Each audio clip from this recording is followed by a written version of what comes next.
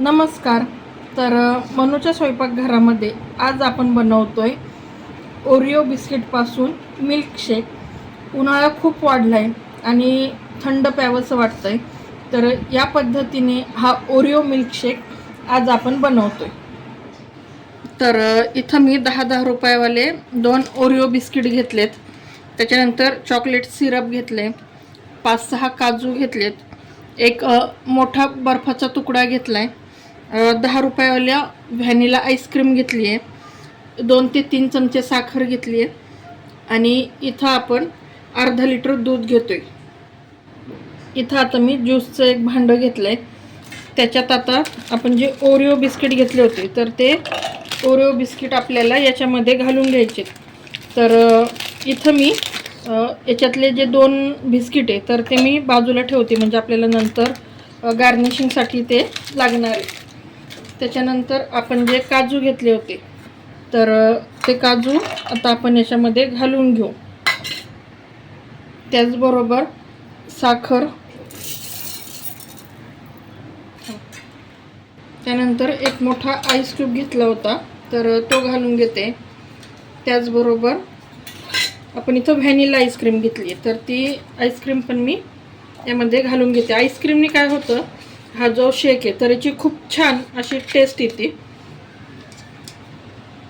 थोडंसं आपण याच्यात आता चॉकलेट सिरप घालून घेऊ, म्हणजे हे ऑप्शनल आहे, नाही घातलं तरी चालेल.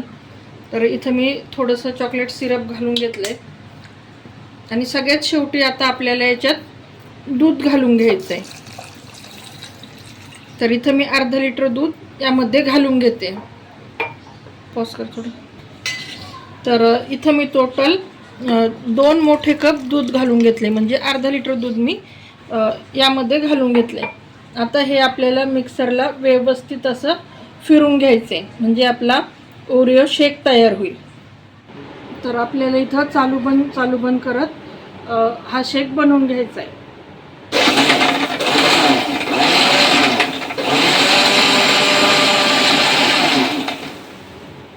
तर आता इथं आपला हा जो ओरिओ शेक आहे तर तो बनवून तयार झाला आहे. आता आपण एका ग्लासामध्ये याला काढून घेऊ. तर अगोदर मी थोडंसं ग्लासामध्ये थोडंसं चॉकलेट सिरप घालून घेते.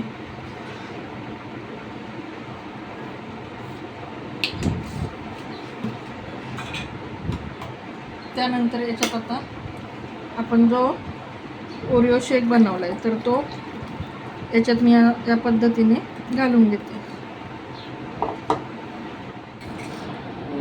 आपण जे ओरिओ बिस्किट 2 ठेवले होते तर ते मी इथं थोडेसे या पद्धतीने किसणीने किसून घालते.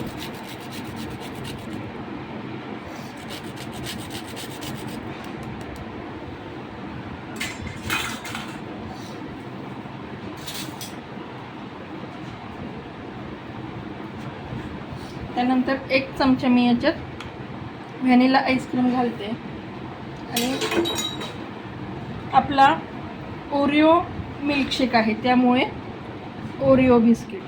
तर इथं आपला ओरिओ मिल्कशेक हा बनवून तयार झाला आहे. तर आजची ही रेसिपी तुम्हाला कशी वाटली आहे हे मला कमेंट करून सांगायला विसरू नका.